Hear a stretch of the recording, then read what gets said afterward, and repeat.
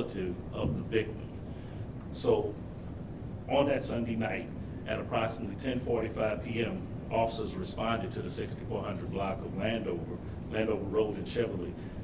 The victim was located with that single gunshot wound, non-life-threatening, and was transported to the hospital for treatment.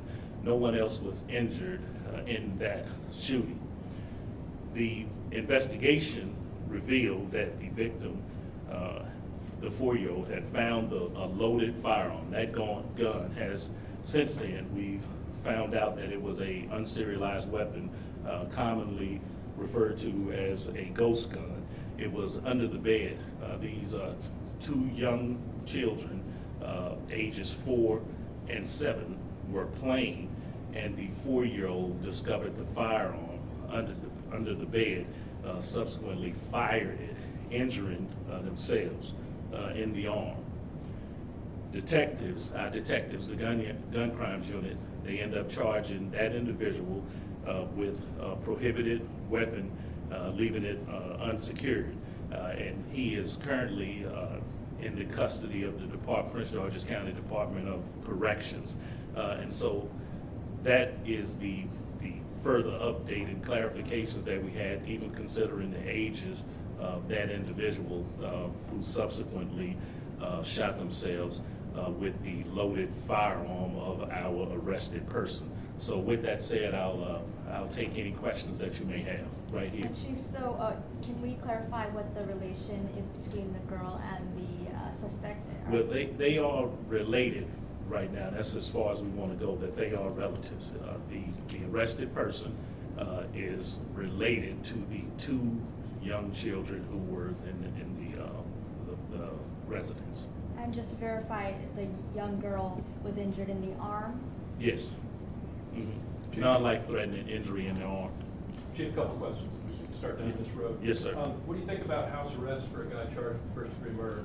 It's another jurisdiction, but here he is in yours. Well, it's another wing of our criminal justice system. I think many people have a concern about what is happening in the criminal justice arena, and it's been problematic. That happened in another jurisdiction.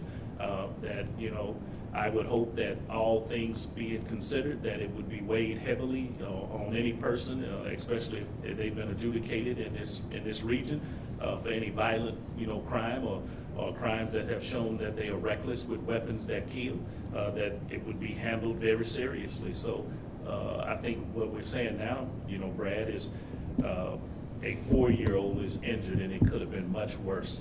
A 4-year-old could be deceased. We could be planning a funeral for a 4-year-old right now due to the recklessness and carelessness of an individual who obviously has no regard for such a deadly weapon, even when young children are around. So, you think a guy charged with first-degree murder should be held? Well, I'll let the other arm of the criminal justice system, take care of those things. As a police chief, with our, many, great men and women, detectives and leadership, our role is to, start the process for that first leg of justice. And I think the accountability in our system, there are people, just like the question you just asked, that these need to be answered, no matter what state they're in, a jurisdiction they're in. They need to be answered for the reasons why, and that articulation should be made to the public who hear these things, because we want a safe environment. So it's problematic. Okay, guns now. So, here's a ghost gun. We had an incident in District Heights the other night with a 14-year-old shot in her apartment. Multiple guns involved there. I understand there was an incident last night. 3 guys with guns robbing an off-duty MPD officer. I know you got a gun squad. I know a gun takes someone's willingness to use it to hurt or have an accident to hurt somebody, but a lot of guns. Yeah, and you've heard me say this before, that everything is tilted, that we've become a very gun-happy type of society, and that we have been more willing to use our guns in a negative way, usually against people that we know are in an emotional, circumstance. And it's plagued not just Prince George's County, but, there's some jurisdictions in this region, and many of the, great American cities across the United States. And that the balance has been tilted, and it's time for us to recalibrate and pay serious attention to what are we doing with laws, what are we doing from locally, statewide, and nationally, federally, concerning weapons, that there are very serious atrocities occurring with our recklessness and our carelessness, and too many times we have weighed gun, ownership with people, some suffering from, mental incapacitation and things of that nature. And it's problematic for us that thousands of guns have been taken off the street in Prince George's County. Even during my tenure, we've made thousands of arrests for weapons that are prohibited, and those things need to be met with serious accountability. But that gentle and fragile criminal justice ecosystem that I speak of all the time, then we're going to have to work together for more accountability. One more, thank you everybody for your patience. Could you have any update on the 14-year-old death? Well, I can tell you, I was just briefed, and we have some very promising leads on that, and I believe, we have the best detectives in the country. I believe that we are going to make an arrest in that case at some point in time here, which in my degree of relatively short, it can never be short enough for people who have been victimized and for families who are waiting for justice. But we have promising leads, and I expect an arrest to be made. I just want to spell it out to make sure we have confirmation here that 20-year-old Javon Thomas, he was also charged in the prior murder of Anwar Wingate. And then also, because this is a gun with no serial number, can you go over again the charges now he faces? Well, he's facing charges of a prohibited weapon, and in Prince George's County. I can't speak on what happened in the other jurisdiction. I'm aware of that, but that is for the other jurisdiction to answer, for the legitimacy of those charges and where they stand. But on our side, in Prince George's County, he is charged with a prohibited weapon. But he is also charged with a first-degree count of murder in a different jurisdiction, but you can't tell me if it is.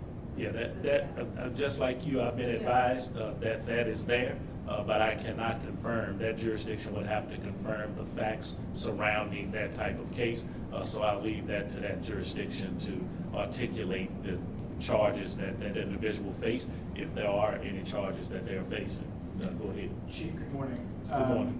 I'm sorry? I said good morning. Good morning.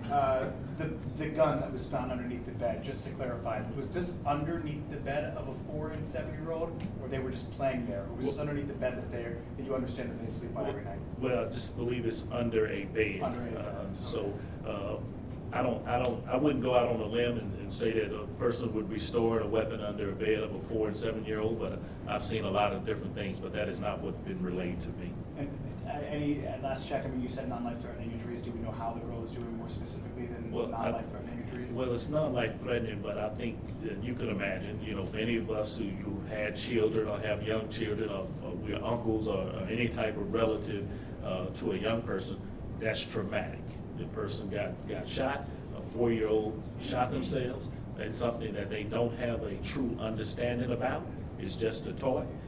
And as you can imagine, that child will need some care, some tender love and care that is much required. So I wouldn't want that to happen to anyone, especially, I've raised 2 children myself, and I can hardly think of anything traumatic happening to a young child because they don't know. They're just unaware of the circumstances. On the topic of children, Riverdale Elementary School, November of last year, 2 kids were struck by a vehicle on the way to school. They both Yes. died.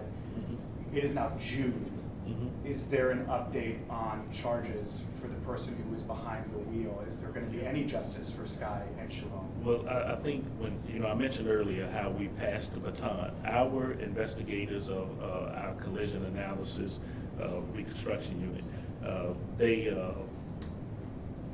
they put together a really, strong case with the facts, and they presented that case to our state attorney's office. So it is in their office. I think any, updates that I could give on their side would do an injustice to where they're at on the case, and I think that is a better question for the state attorney's office to see where they are. I can attest that they are progressing and moving forward on that individual who, took the lives of two of our youngest and most promising citizens of this county. And my heart still goes out to the family of what happened in late November before Thanksgiving, last year, which, put us into, it made us all sad about what could happen to young children. The death of young children is something that we should never see, and parents should not be burying their children. Children bury parents is where I come from.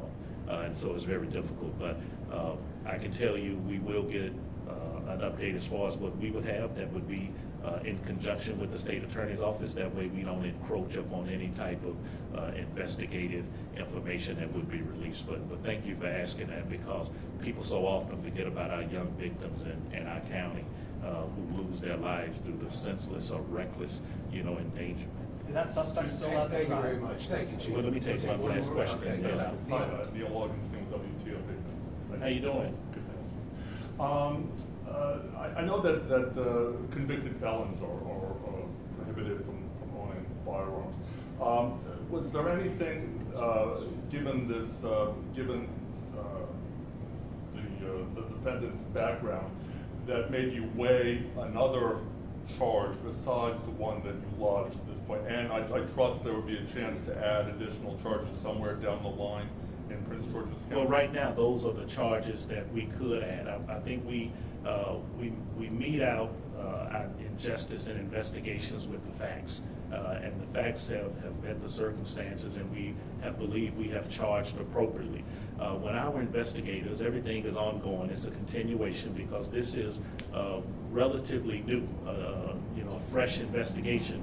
If other things come to light, if other information comes to light, if anything is articulated beyond what we've heard, then we will make the adjustment and add additional charges to that individual. But right now, that is what we have on Prince George's County side.